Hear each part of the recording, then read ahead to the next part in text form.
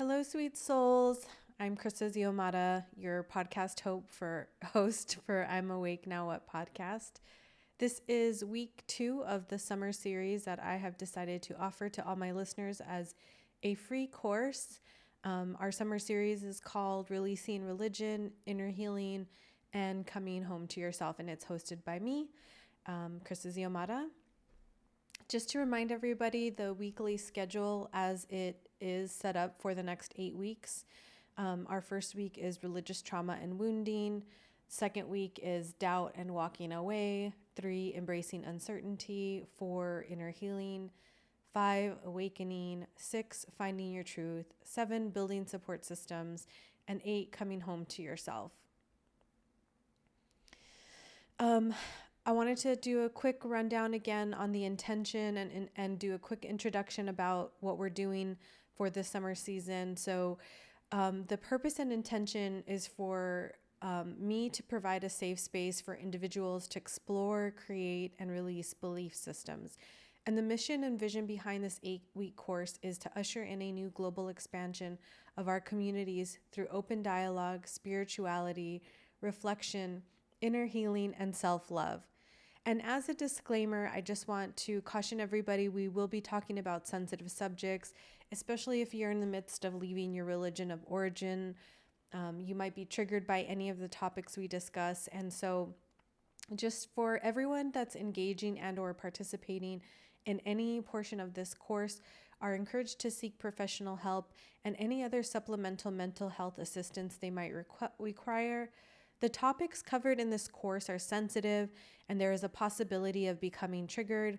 I'm Awake Now What podcast is not responsible for any trauma incurred while completing this course. Mental health resources are provided after each weekly course and available on all platforms wherever this course is distributed.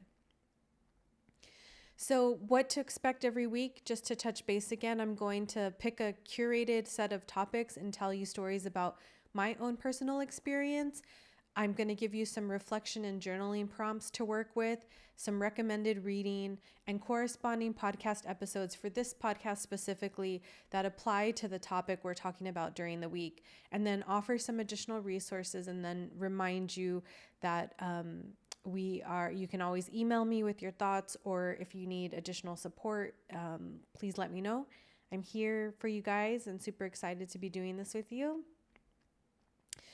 So this week, doubt and walking away is a really big one because it's the precursor to the rest of your life if you're leaving your religion of origin. And one thing I've seen as a common theme and an underlying current in the individuals who have come to my podcast and talked to me about their experiences of walking away from their religion is they all started to feel curious about things and start to question, and that questioning turned into doubt, and that doubt turned into walking away. And one of the interesting things about our current time and culture and space and where we exist is now we have the luxury of the internet. So the internet has changed so much of why people don't stay in religions any longer. For thousands of years, we've been asked to blindly believe and follow. And with the internet, it's made it easier to fact check our own religion and our lessons. More and more people are walking away from their religion of origin in search of an authentic relationship with themselves and God, if that's what they so choose. And many people are even more comfortable now saying, I actually don't believe in a God until otherwise proven. And all of that is okay. And I'm here to give you the space to explore, to question, to become curious, and to remember that you're not alone in this journey towards awakening and self-discovery. I'm with you. Every single one of my guests that have come to the show is with you. And this is completely normal. To the people inside your religion of origin, they might not find it normal, and that's okay. You'll bump up against that resistance pretty quickly, but just trust yourself, trust the process. Trust your internal guidance system, which we'll talk about in a couple more weeks. So, I wanted to start off this week's episode with some inspired quotes that have always stayed with me. This first one is from Siddhartha. If you don't know, that is Buddha. This quote is, "Do not believe in anything simply because you have heard it. Do not believe in anything simply because it is spoken and rumored by many.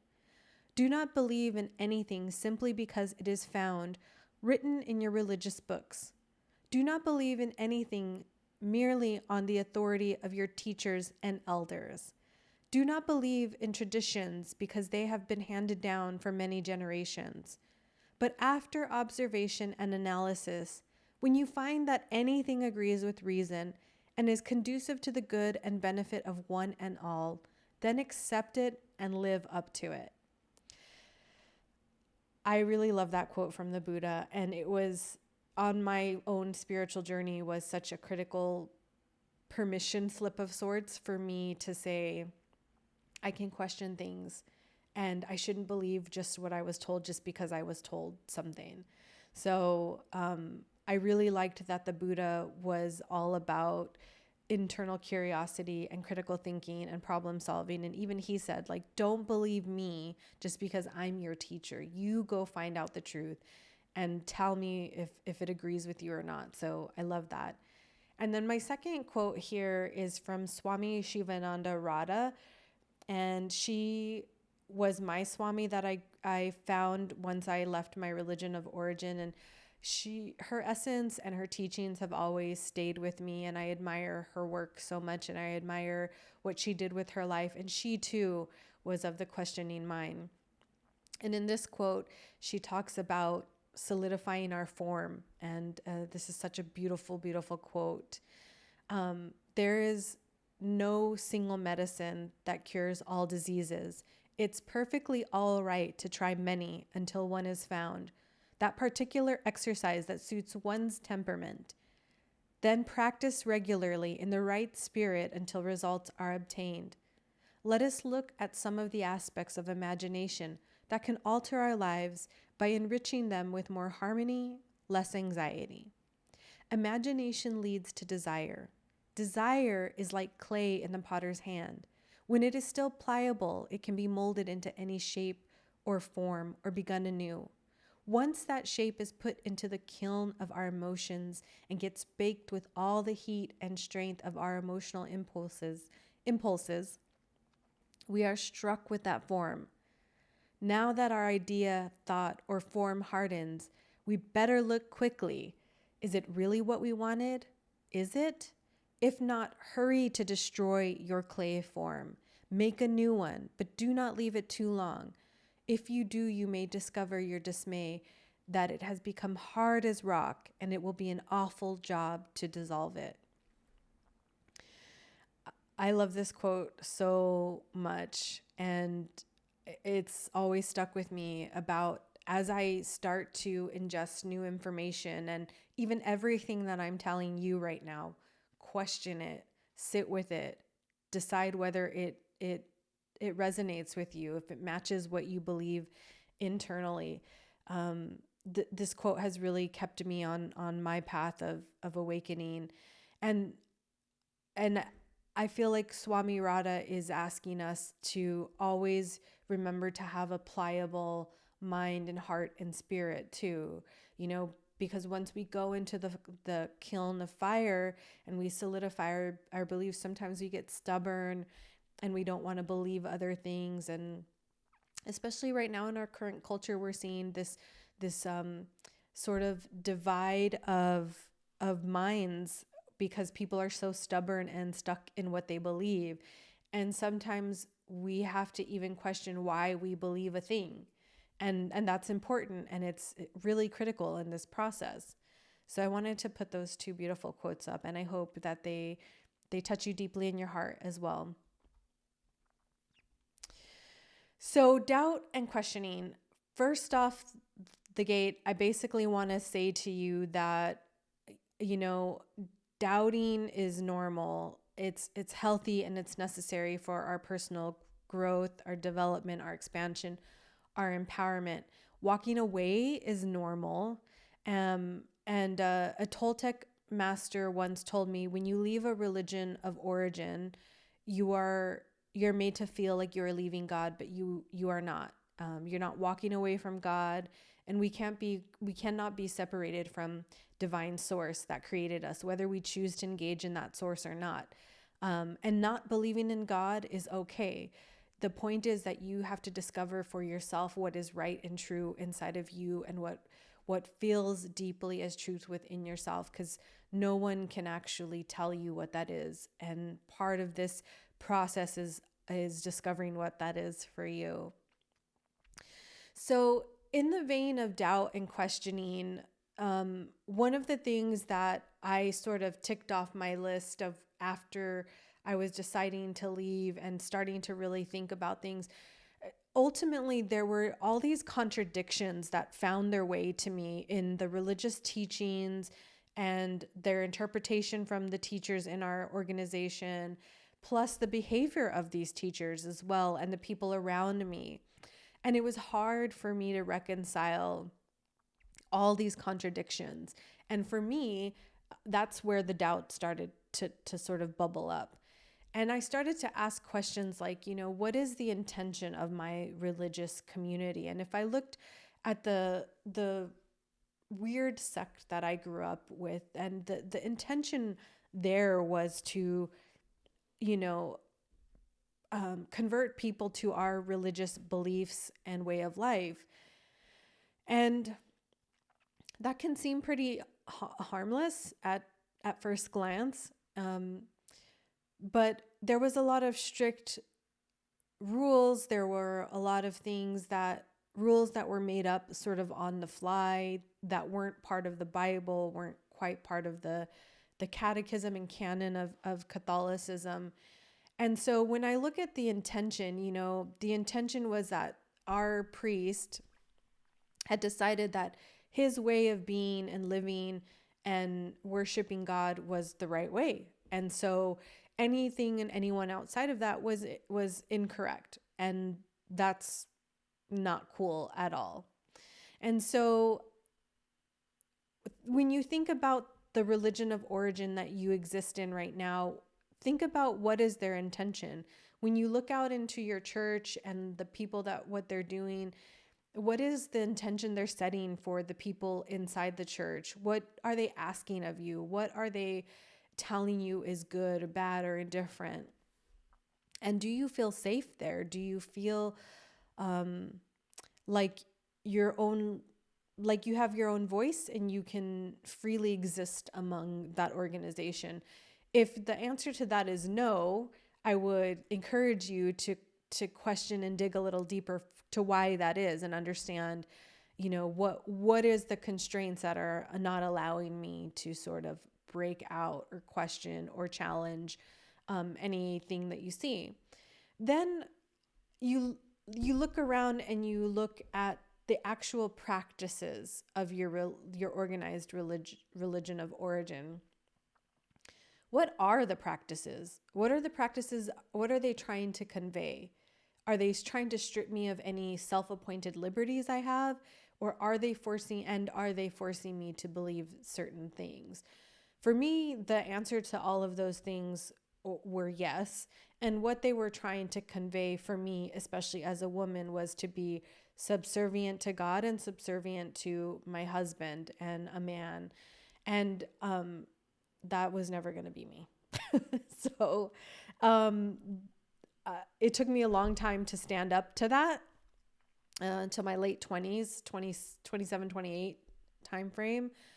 But I realized that they were stripping me of my own self-appointed liberties that were divinely given to me, and I had to exist in this atmosphere, in this biosphere that was very controlled and told me how much I had to pray, told me how much I had to go to confession, told me how much money I had to give to the church, told me how I could comport myself sexually, told me how I needed to treat my husband. It told me how I couldn't enjoy sex, that it was just for procreation. And all of these things were being asked of me. And a lot of the times they're not being asked of the men in the church. And so, again, I think one thing I see, especially for us women, when we're put into these situations, our rebelliousness is usually out of, the cancellation of our own divine feminine right. And that can spark, a huge fire within us to walk away. And it definitely did for me. I believe wholeheartedly that we're put on this earth to be equals with men, and they're no better or worse than us. It's just that we've been indoctrinated for about 2,500 years, especially in Christianity and the Abrahamic religions, to believe that we're inferior to men, and that's not something I believe that divinity wants of us or asks of us ever, and I think is wrong. So when you think about your own religion of origin, whatever you're in right now, what are the practices? Is it stifling you? Is it controlling you? Is it asking you to do things you're actually not very comfortable with?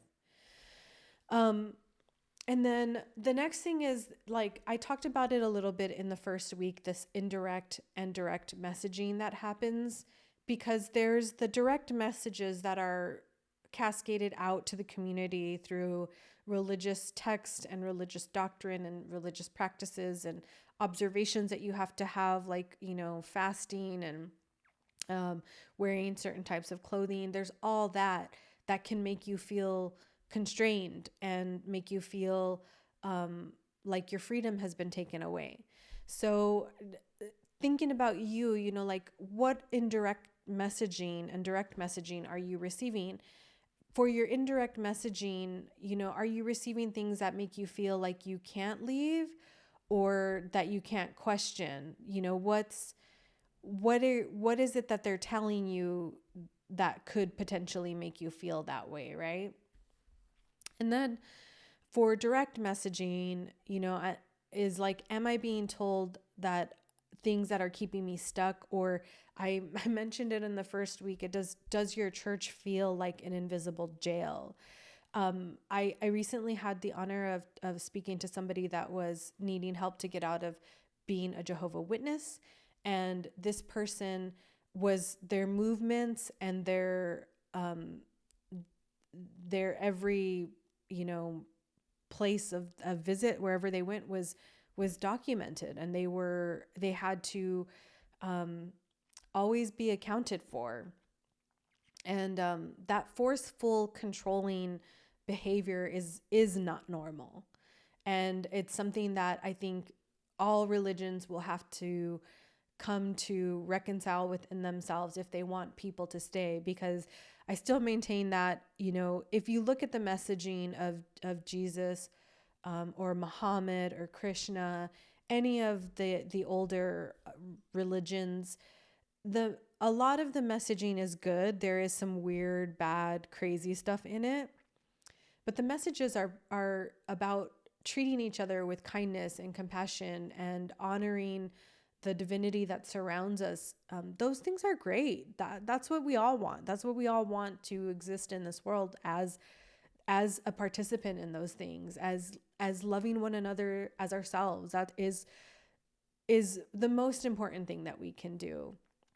So again, I want to just caution that this isn't a personal affront to, organized religion, but it's to just call out the parts of the religious experience that are harming us and creating trauma and creating a setback in our life. Because for me, if I had come to a place where I am now, I'm almost 40 years old, and if I had had the courage to question in my 20s, my life actually probably, 100% would have taken a different trajectory. And I'm not disappointed with where my life went. What I'm just saying is that I felt so controlled and manipulated by my own religious experience and by the trauma of wanting to leave and how much guilt they put on you, that it kept me stuck. It kept me in my invisible jail. So doubting and questioning are so good. And even if you have to do it in the privacy of your own home where nobody's watching or listening, I definitely encourage you deeply to question. The next thing for doubt and questioning is the doubting the religious teachings. For me, this was really important because there were all of these like human creative rules and edicts and directives and super strict rules that were put into place. In the text itself, excuse me while I'll take a drink, there were really crazy things that were said, like God is a jealous God, and personifying divinity that a divinity that's actually supposed to be perfect. And if you think about, jealousy is as one of the 7 deadly sins in Catholicism. So how can you have a jealous God exerting one of the 7 deadly sins? So he sounds human to me. He doesn't sound like a divinity. So those contradictions start to pick at your critical brain as you're evolving and growing. And if you've ever had those moments of time when you've had those like little light bulb moments that, gosh, this doesn't feel right. What they're saying doesn't match what I'm understanding they're saying to me about God. That was a huge one for me. There was also this idea that God only wanted to save a small section of his divinely created humanity. To me, this is absurd. I can't imagine. And again, you find this a lot in religion, where the religious sect believes that their way, their lifestyle is the only way that you can get into heaven. And the truth is, none of us have been to heaven. None of us know if it's real. None of us know if it exists. None of us have proof. There's not, no one's gone to heaven and brought back pictures. And so this isn't to dissuade you that there isn't heaven. It's just that we're not the judges and executors of every person's life to whether they're going to go into heaven or not. So, that really bothered me in my religious experience, especially when I thought about people who were not born into Catholicism. Like, they were just wiped out completely from the list of people getting into heaven.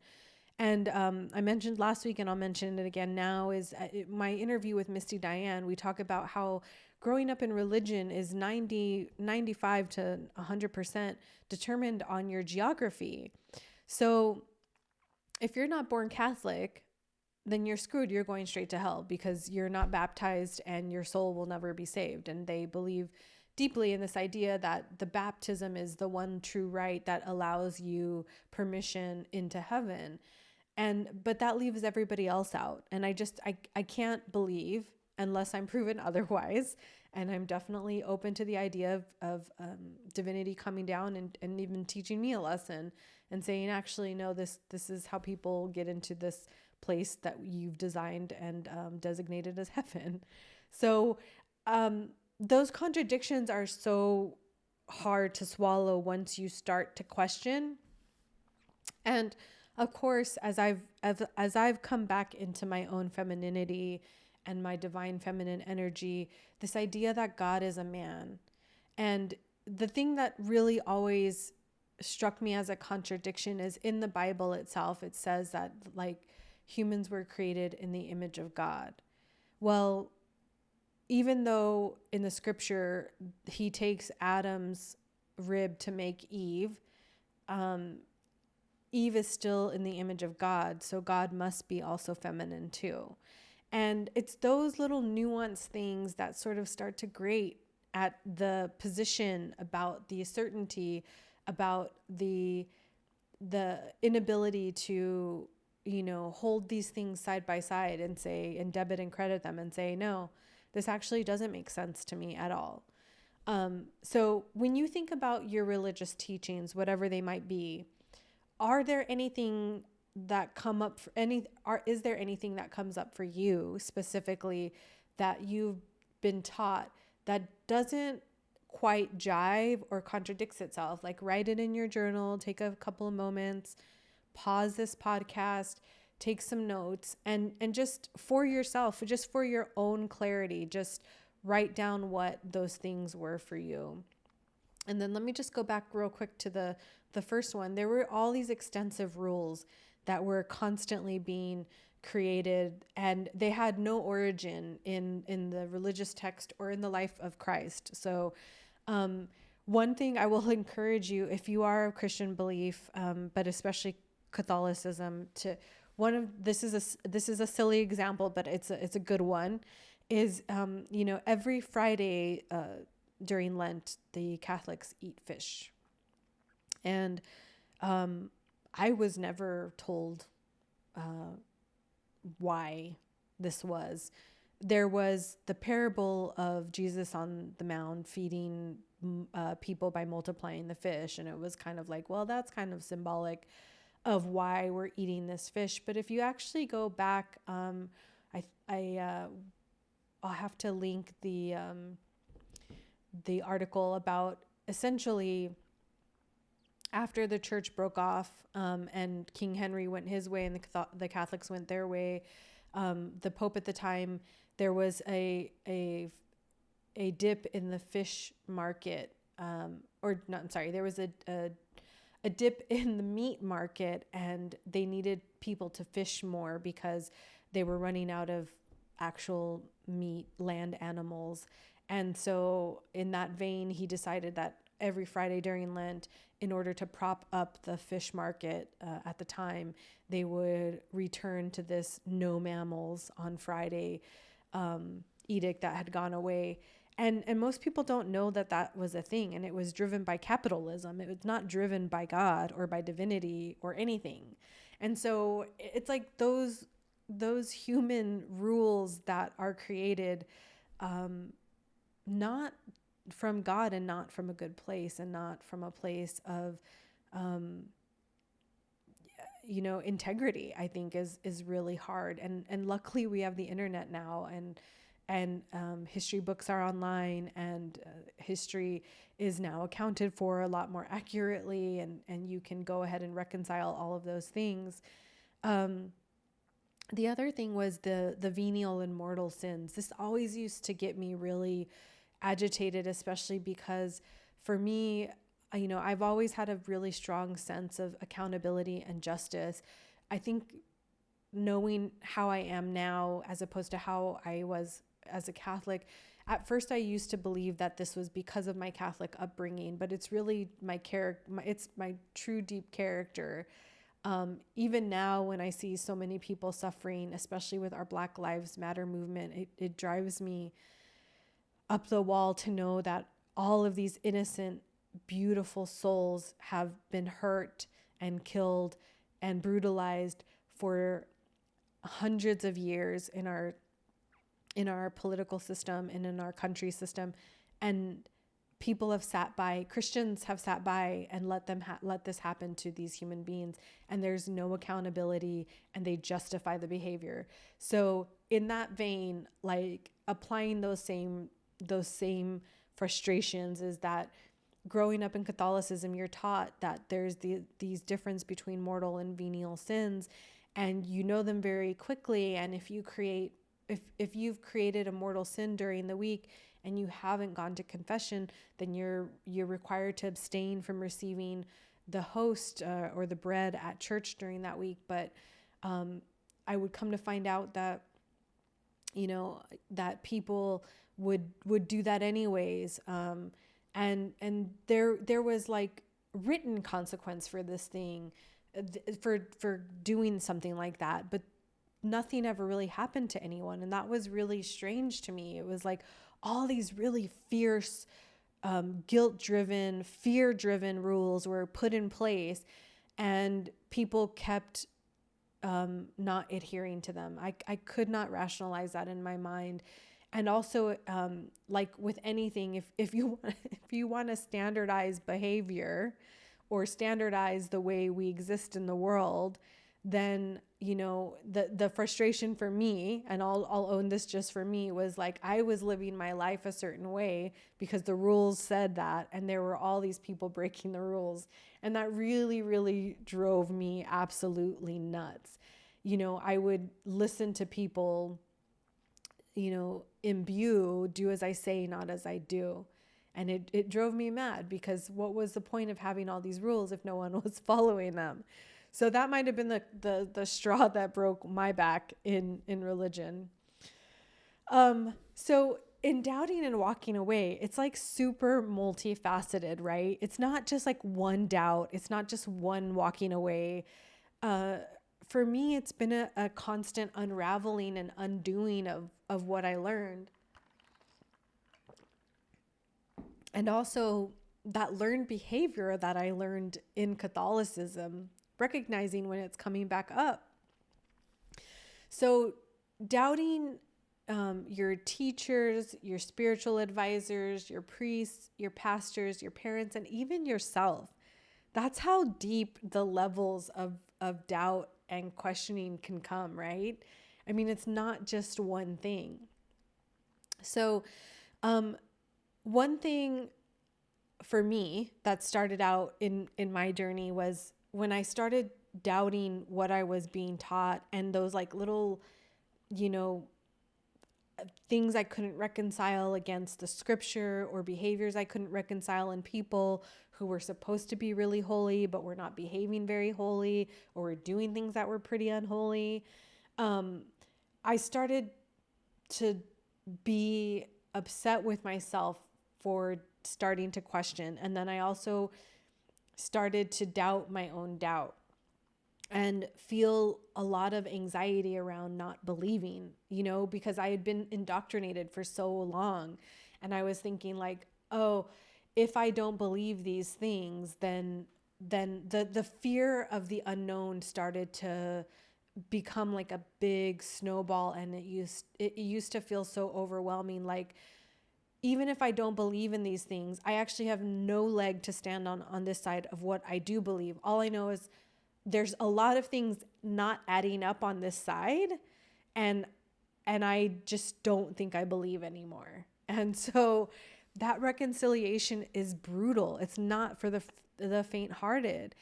And to do it is a huge act of bravery, and to not succumb to the fear that you feel within yourself is huge. So if you're doing that and you're in the middle of that, I want to congratulate you, because it's not easy. It's not easy. The other things were the power dynamics and the broken trust and the do as I say and not as I do. All those things, like people, church elders holding power over you and like guilting you into things, but then they weren't living their lives in a way that was in alignment with the church teaching or the cultural norms of our church and things like that. And having that broken trust being disintegrated. I talk about in my book, The Alchemy of Kindness, these moments of these moments that broke my own authenticity, and I turned away from myself, even at a young age. And this broken trust is really important, because I'm going to tell you this story that I say in the book. When I was about 12 years old, not quite a teenager, there was this female church elder who pulled me aside and said, "You need to come back into this tiny room with me. I have a message from God about you." And I mean, I was 12 years old. I just wanted to play. Like I didn't want to talk to God at that time. Like I just wanted to be a kid. And she sat me down on this bed and she said, "I received a message that God wanted you to have the gift of tongues today." And if you've ever heard people pray in the gift of tongues, it sounds like babble. Okay. So, she sits down and she says, "I'm going to pray over you and we'll see what comes." And at this point, she puts her hands over me, quite forcefully, and is just pushing my shoulder down, and she's praying. And then she starts praying in tongues, and I'm just sitting there feeling absolutely nothing, feeling like extremely uncomfortable because I've been forced into this situation. I've been forced to sit here with this woman who's saying that God talked to her about me, which I feel like if God's going to talk to me, probably call me first. So I'm feeling extremely uncomfortable and violated in this moment. And as she's pressing on my shoulder, she says to me, "Just move your mouth like I am. Just try to get something out like I am, essentially forcing me to emulate her speech, which is not getting the gift of tongues. That's me mimicking somebody's words or babble. And I sat there quietly after she said that to me. I just remember, makes me want to cry right now just to think about it, is I remember feeling so uncomfortable in that moment and thinking like, if I don't do this, she's not going to let me out of this room. And as a kid, that's a really ugly place to be. And so, of course, I started at some point babbling. And I didn't fucking believe it at all. It wasn't God coming through me. It wasn't a gift. It wasn't anything. It was fake. And that was the first time in my life that I was taught that it is more important for me to appear holy than to actually be holy. It's the first time when I was drawn outside of myself to conform to what my church wanted me to be and what this person wanted me to be and what they thought the gifts I had. And I felt so ashamed in that moment because everything I've been taught up to that point is to not lie. I'm taught I can't lie. I'm not supposed to lie. But this was a cold, hard lie. I was lying to myself. I was lying to God. I was lying to this woman, and this woman was forcing me to lie. So that was so traumatizing to me, and it disgusts me to think of it. Even today, it drives me absolutely nuts that I was forced into that position. And then on top of that, I was drawn away from myself, that I was forced to do this thing that I didn't want to do. And then we walked out of the room, and she runs up to my mom and tells my mom that I got this gift. And there was like this look in my mom's eyes of both pride and envy, because she wasn't the one who was there that helped me discover this gift, and also pride because I had a gift. And I'm feeling all these things all at once. And I'm like, oh, I've never seen my mom this proud of me. I better go along with this thing. So then I perpetuated the lie for forever until I left that church. And it's disgusting. It's absolutely disgusting. So the broken trust and the power dynamics in religious experience exists, and they're real. And we cannot underestimate the influence people in positions of power, religious or not, can have on us. And you have to be gentle with yourself. Like, obviously I've done a lot of work with this, even though it still drives me nuts to say that story. But in knowing that, like, I just wasn't in a place where I could speak out, and I wasn't in a place where I could stand up for myself, and that was okay. But now I am, and now I'm shining a truth on this very blatant lie and discovery that I had when I was young that was not true or authentic to me. And so think about if anything like that has happened to you, and know that you're not alone in any of that. The other things are the thoughts that lead to feelings of guilt and feeling forced to stay in religious experience and religious culture. That is so real. The other thing is fear of disappointing your family and the church, etc. I mean, I've disappointed my family so much. They're still disappointed in me to this day. I get harassing text messages and phone calls from my immediate and extended family telling me how I'm going to burn in hell, how I need to come back to the church, how I'm an embarrassment to my family, how I am such a disappointment. I mean, they don't mince their words when they say these things to me, okay? So when I say I know and understand what it means to be afraid to disappoint your family, I really and truly understand it. But what I would encourage you to know is that if it feels wrong to you, think about how much harder will your life be to have to stay in this thing and pretend for the rest of your life knowing you don't believe any of it, or walk away and live a full life living in your own authenticity in a place of honesty and integrity and alignment with yourself. To me, that's priceless. And I've come to a place of strength where what they say to me no longer affects me. I don't take it personal anymore because it's not about me. It's about them. They feel like they've lost something. Me leaving my religion calls into question their own religious beliefs. So don't be afraid. And I'm here for you. And I'm here to lend any support. And people can be cruel when you leave your religion of origin. It's not always easy to do that. So hang in there. The other thing is, as a woman, this idea that only men hold positions of religious power is really sickening, especially in the Catholic Church, where there's been an epidemic of child abuse and financial theft on the part of religious men. I think if the Catholic Church was listening, I would say the smartest thing they could do is work to come to a place where they wouldn't have to,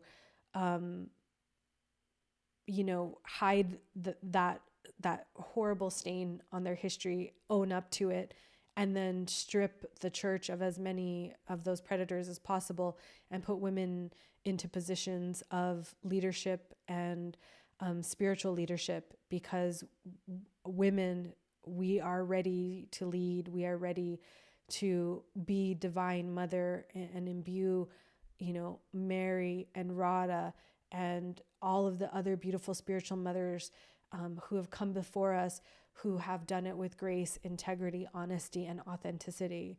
The other thing that we talked about in the first season is this idea of forced religious experiences and being a child and not being allowed to question. Like, when you get older and you create actual physical space, mental space around everyone else, it's important that you can now not be a child anymore, and you can find a way to stand on your own 2 feet while you're doubting and walking away. So what does walking away actually look like? So I'm going to tell you what it looked like for me. And then just give you some things to think about. But before we go on to this, just the doubting piece, take a moment to take a pause, do some journaling, think about what all of the things that have layered on top of each other that you've doubted. Have you had your trust broken? Have you been the victim of power dynamics? Do you feel guilty for doubting and questioning? Are you feeling forced to stay? Like, think about all those things and pause for a second, and then come back to walking away. So for me, walking away, it really started, I've said this on the podcast maybe a couple times, but I remember we used to have to go to regular confession with our priest, and I've always really enjoyed the sciences and healthcare and all of this. And during one of our confessions / like mentoring sessions, I asked our priest about test tube babies, babies or eggs that had been fertilized with sperm that are sitting in banks all over the world, because I was learning about this on TV. I don't actually know where I saw it. I was too young at the time to have it in my books, because when you're Catholic, you're told that life begins at conception and that you literally just get a soul right there. And so you can't abort this baby. If the baby is miscarried, you should have like a funeral for it and all of these things, right? Those practices are not wrong. I'm not trying to call attention to that. What I'm trying to call attention to is this exchange we had. So we're in this conversation, and I say to the priest, like, there's like hundreds of thousands, if not millions, of these test tube babies. Like, are those just like souls just sitting in a laboratory? What's happening to them? And he said to me, "Don't worry about that." And I said, "Why not?" And he said, "Don't worry about that." And I was, well, but they're conceived because they've been fertilized. They can become a baby. He just kept saying, "Don't worry about that." And to me, that was such an insufficient answer. And it was like the beginning, a very long beginning, because it took me a good 15 years to extrapolate myself from everything. But that was the beginning where I was like, he doesn't have the answers. And that was the first crack in the certainty, in the edicts, in the directives, in the armor of knowledge that they were constantly indoctrinating us with. And I was like, well, that doesn't sound right.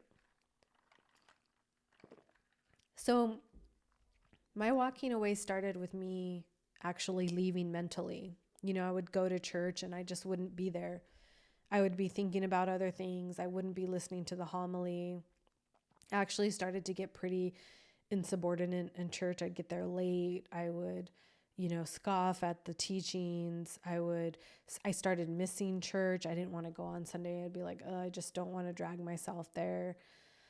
And leaving psychologically was really the next step, was me just feeling like everything that I was taught was just a lie. It was like a blatant lie that I just didn't believe anymore. And the psychological trauma and damage that I was, starting to experience because I was having this religious break was starting to break me. And then I just physically left. At the time when I decided to physically leave, I was in a marriage, and I basically just told my partner, I can't go back to church. I don't want to. I don't believe it. I don't want to go there. I don't want to be Catholic anymore. And at the time, my partner, allowed me to be my own individual self at that time, but felt a huge weight to stay in as well. So that was hard because that was like a division in our partnership at the time. And then leaving spiritually, like, what I mean by that is like leaving without any ideology or any sort of safety net, knowing I don't know what's next. I just know I have to get out of here. And I don't have an ideology, because the thing is once you start to question too, and then you start to walk away and you bump up to people in your ecosystem, they're like, well, what do you believe now? And I'm here to tell you, you don't owe an explanation to anybody. And B, you don't have to have it figured out. And more than anything, which we'll talk about next week, is embracing uncertainty. There is kind of a sweetness in saying and knowing I don't know, and being open to the possibility of what is, and for the wisdom and the knowledge to find you. To me, that's beautiful. Like, I don't know what could be more beautiful in surrendering to the idea that you don't know, instead of living in this false sense of security and this false sense of safety that is not real. So yeah, for me, it was like I left mentally, psychologically, then physically. And then I was like, I don't know what I fucking believe. I'm going to figure it out, but I'll deal with that later. Let me deal with the fallout of my family and my friends and my marriage. And then once I get into a more stable place, I'll start figuring out what's next for me. Because it's just so much. And the thing is that walking away, it should be done in those steps. It should be done in a place of like, you just can't, when you bite off too much, and I would encourage you to go listen to Annika Spencer's episode about leaving Mormonism, is when you leave and you just leave instantly, there's just so much all at once, it's just really hard.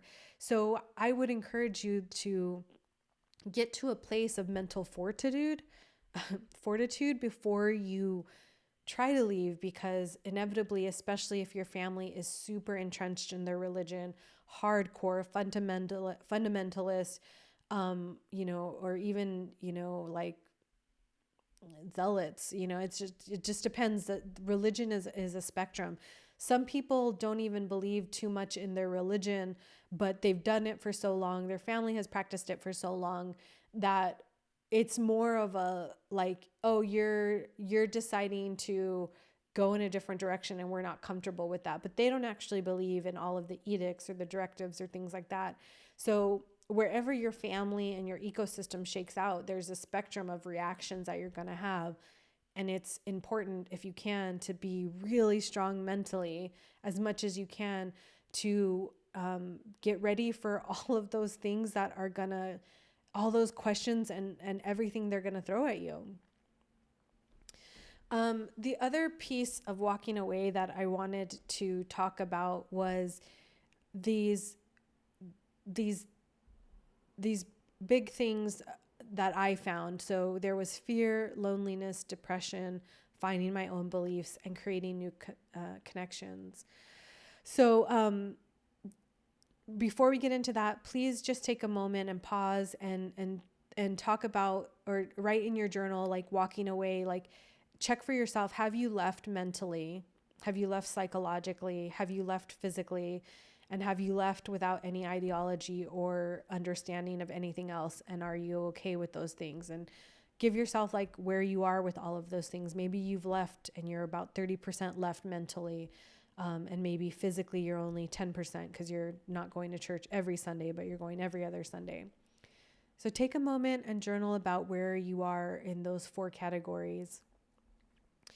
And then with the walking away, the fear, loneliness, depression, finding your own beliefs, and creating new connections, like a lot of the reason why I didn't leave was because I was so scared of leaving.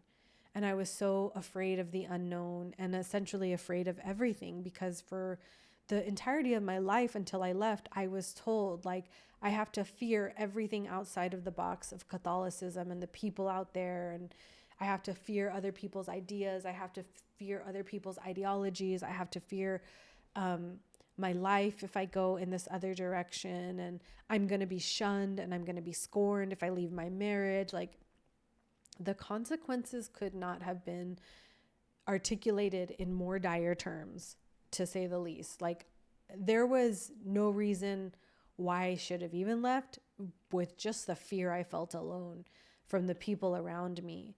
And by the time I left, I had left, in those 4 categories. And finally, I didn't tell a lot of people around me what was happening. Only my partner at the time knew. And so it was a huge shock to my family and my friends when I was like, nope, I'm not doing this anymore. Goodbye. But that fear is real. The fear of leaving and the fear of how people make you feel when you're thinking about leaving is real. And it's a psychological, it's a psychological threat of sorts to just to keep you, entrenched in your religion of origin. And that's like not cool at all. And then one thing I didn't realize at the time, probably because I was young, and again, I was just like trying to get out as fast as I could, was the loneliness, because severing my Catholicism, I severed my religious community, which also overlapped with my friendships, which overlapped with my family. And so there was no one.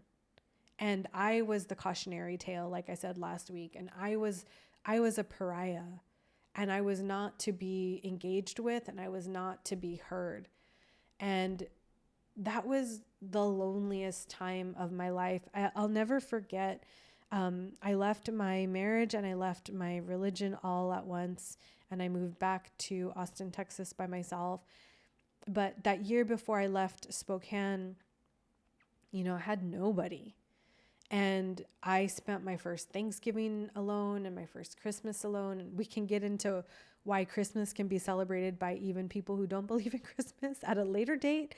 But I remember being like, wow, I had no idea that I would not be invited to places. I had no idea that people would just leave me alone. I didn't understand that. And it's been a blessing in disguise, because now I've really learned how to be truly and in a healthy manner, to be self-sufficient and independent, and really value interdependency, which is something you don't learn in religious life. You learn codependency.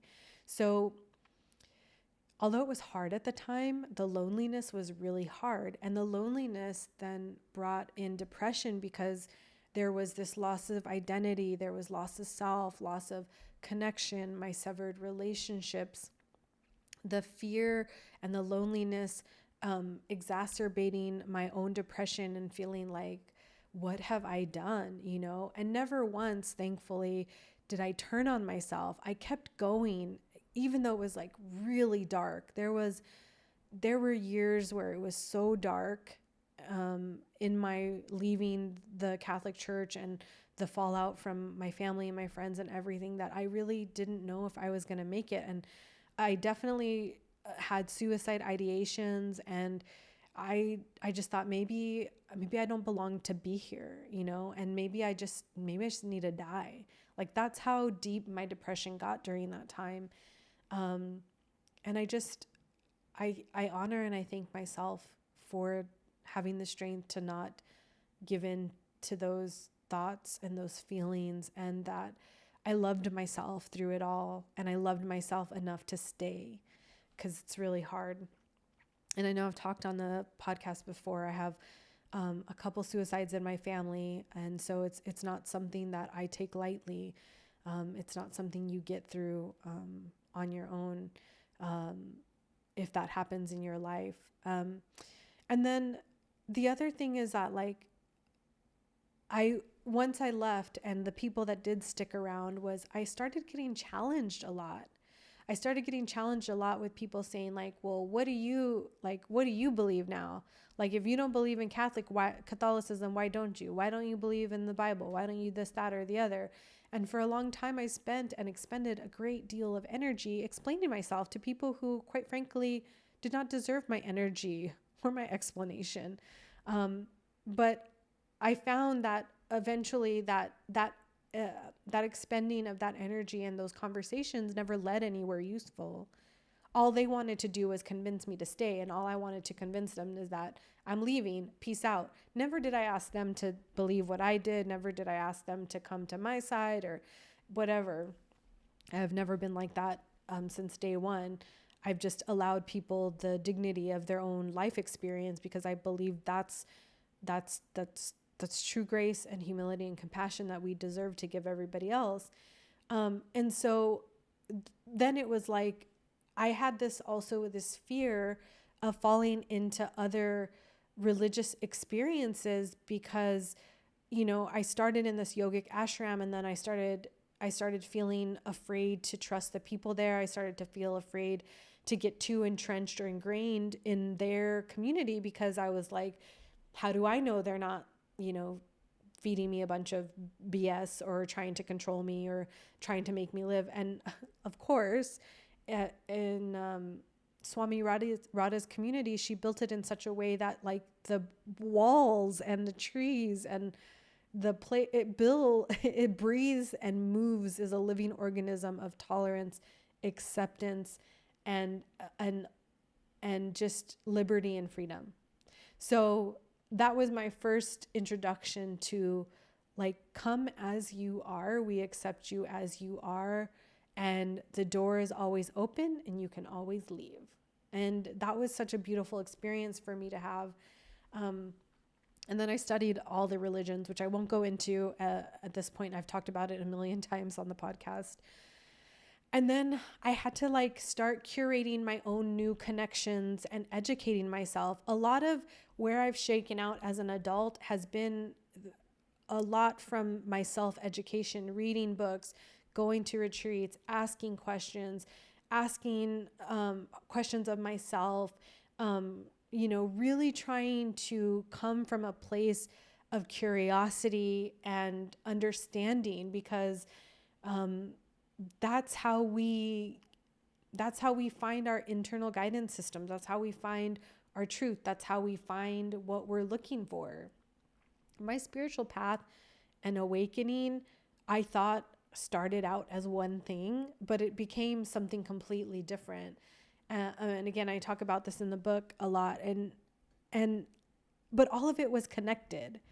Like, I left and went on this spiritual journey thinking that I just wanted to have a deeper connection with God that was more authentic and honest and integrity filled.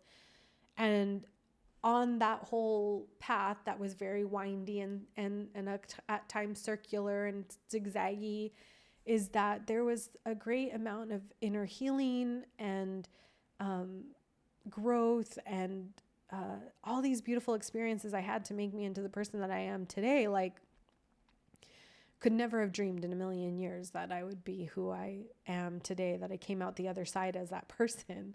And it's been amazing.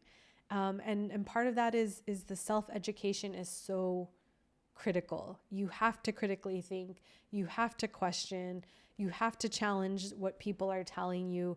Don't blindly believe anything, because it's so easy when you grow up in a religion that teaches you to be a follower or a sheeple to want to just go in and go somewhere else and follow or do. Like, be strong, question, keep having a curious mind. Okay, so take a break and think about, like, are you experiencing any of these things? Are you feeling sad? Are you feeling lonely? Are you confused about what you do believe? Like, can you make new connections? How can you educate yourself? Just pause for a second and think about all of those things, and then come back to me and we'll get on this next one.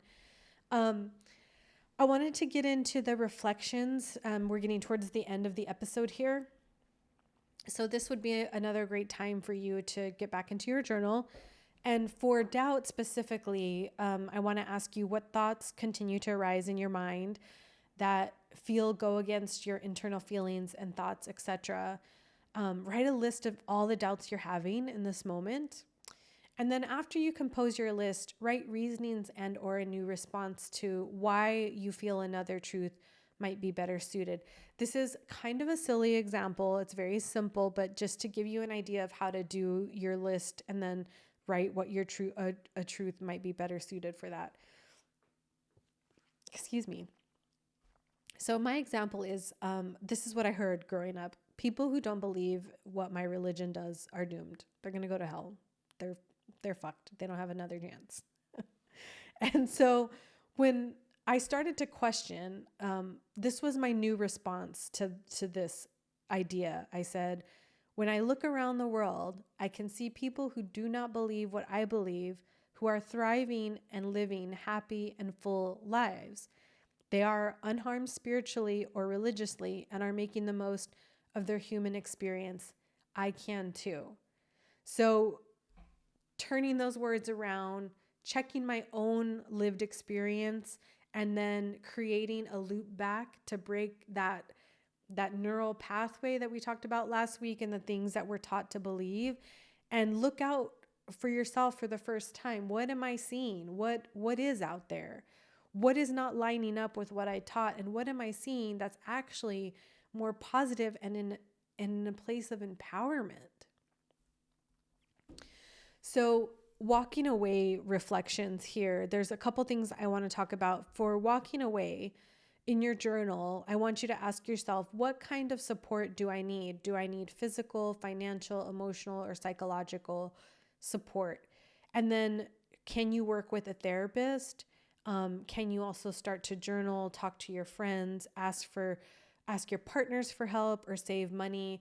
A lot of the people that I've helped leave their religion of origin were tied to their families financially or to their partners. And so if you can't escape your current religious experience because you don't have money, you might actually have to make a plan to escape, in air quotes, escape, by saving money. And what does that look like? And can you make a plan to do that, right? I mean, this is serious stuff if you're in a really bad situation. And then create a plan to walk away. Like, what does that look like? Are you going to inform the people around you? Can you find substantial support or allies? What does your plan look like so that you can feel safe? Does that mean physically moving from somewhere? Does that mean staying with somebody? Create a plan and write down what the steps are so that you have something tangible to look at and something tangible to lean on to walk away. And then I really want to touch on real quick some things to journal about is empowering yourself, like trusting yourself to empower yourself. So practice trusting your thoughts, your feelings, and emotions through this process is so key. You've got to trust what you feel is real and valid, no matter what other people try to tell you outside of you, no matter what they try to convince you of, no matter where they try to pull out of their head or their butt that you should stay. Like, trust yourself, trust yourself, trust yourself. And again, obtain substantial support and allies for people who can feed back that internal trust to you and cheer you on and support you and tell you and encourage you, you're doing the right thing. You've got this. You need that. And then, empower your decision making. And again, the obtaining allies and substantial support, like coming from those places where you are empowering the decisions you're making by having plans, having your thoughts solidified, feeling secure in yourself, creating self-confidence to make your own decisions, and coming from this place of empowered decision making so that you can continue to make each decision point after the other. Because again, like I said about with walking away, like sometimes you walk away and you're just walking away mentally, and then you walk away psychologically and emotionally, and then you walk away physically. Like, empower yourself at every touch point during that time to be able to walk away and feel empowered in your decision to walk away. Here are this week's reading recommendations. I listed Sam Harris here 3 times. He is an atheist. He's kind of militant and sometimes can get a little buck wild. If I ever talk to him, I would like to tell him that, like, he's literally doing exactly the same thing that religious people do, which is get all ornery about like atheism. And I think that he could draw more honey to his hive if he was just, or, you know, more bees to his hive if he was just a little less militant about the way he approaches the subject. But I can understand his frustration. That said, his books are incredibly valuable, because the thing about Waking Up, The Moral Landscape, and Free Will is he ticks off these really specific ideas and ideologies that exist in religious experience. And he talks about how, like, I grew up thinking you are not moral unless you're a Christian. Like, your morality is tied to your Christianity. And once you rip yourself out of that, you are no longer a moral person. You exist in this little bubble of immorality. And he touches really deeply, and that can cause like a lot of guilt and a lot of confusion and a lot of, you can just feel like a terrible person because you've been brainwashed to think this other thing. Okay.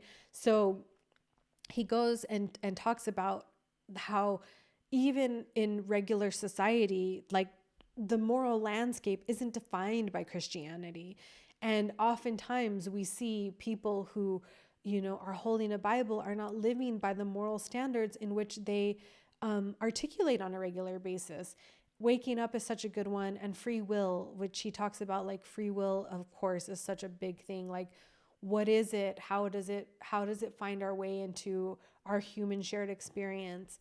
And then The Power of Now by Eckhart Tolle and A New World are just like core critical curriculum if you're on the path of waking up and starting to think for yourself and starting to let go of the psychological issues that exist, that you incur in your religious experience, not taking things personally, identifying people's egos, and then imagining a new world if we all lived in a place where we knew our connection to God was real, didn't have to exist in the confines of, a box, a church, or whatever, and that we could live a full and centered, aligned life as we see fit, and we can trust ourselves to live a good, collective, moral life. Like, those 2 books are the best.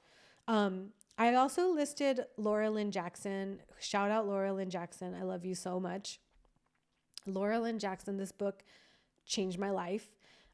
She talks about, so she is a clairvoyant and psychic medium, and she talks about this other place where energy goes and what has been shown to her.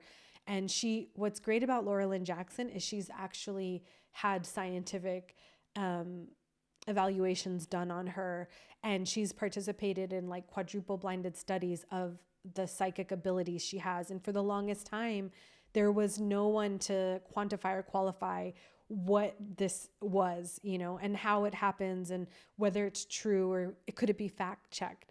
So I know this can always be on the dicey side of things, depending on where you land with clairvoyancy and if you believe in people having those abilities. I would say if you have ever felt a ping of intuition, that is a psychic ability in and of itself. So have an open mind. But she answers a lot of questions that I had as internal truths within myself, and she affirmed them for me in her book. And it's beautiful. So go read her book. And then in the vein of giving yourself courage and strength and fortitude on this journey, I encourage you to read Daring Greatly with Brene Brown, which is such a good book. And read anything from Brene Brown, because that girl has got it going on. And I'm just waiting for the day that she agrees to come to do the podcast with me. I love her so much. Okay, so these are the past podcast episodes that I would recommend listening to that deal specifically with the subject of doubt and walking away. As you can see, there's like a whole host of those. So good. So I'll leave this just for another quick second. And then here are some, I forgot to do it last week. I'm so sorry. The mental health resources is for US and UK. I've listed some out here and then listed out some paid services. And then especially for my LGBTQ listeners that need help, please reach out to the Human Empathy Project. Dr. Jenna Minix, who's been on the show, is the one who runs this organization specifically for you if you've left your organized religion, and especially if you're gay or lesbian or bisexual or queer. It's hard because you've been told your whole life that like you're a sin and all these things, but that's another conversation for another date. But I did want to include that support. And remember that you can always email me your questions at ianwpodcast@gmail.com. Your thoughts. I love hearing from you guys. Next week, we're going to be talking about embracing certainty, and we're going to touch on enveloping the unknown, curiosity as a practice, more self-education, creating self-sustaining practices, and developing your inner strength on this path. So with that said, I want to thank you so much for being here with me this week and listening. If there is anything that I can do to further help support you, please let me know. Don't hesitate to slide into the DMs. The podcast has been solidified to just Instagram now. I got rid of the other social media pages because it was just too much to manage. So you can always slide into my DMs at IANW podcast on Instagram. I love hearing from you guys, and I love supporting you, and I love being a light for you and a touch point for your journey. And it's an honor to do this with you, and it's an honor to be a part of your journey and your long-term healing. And I love you guys, and thank you so much for being here with me today. Bye, guys.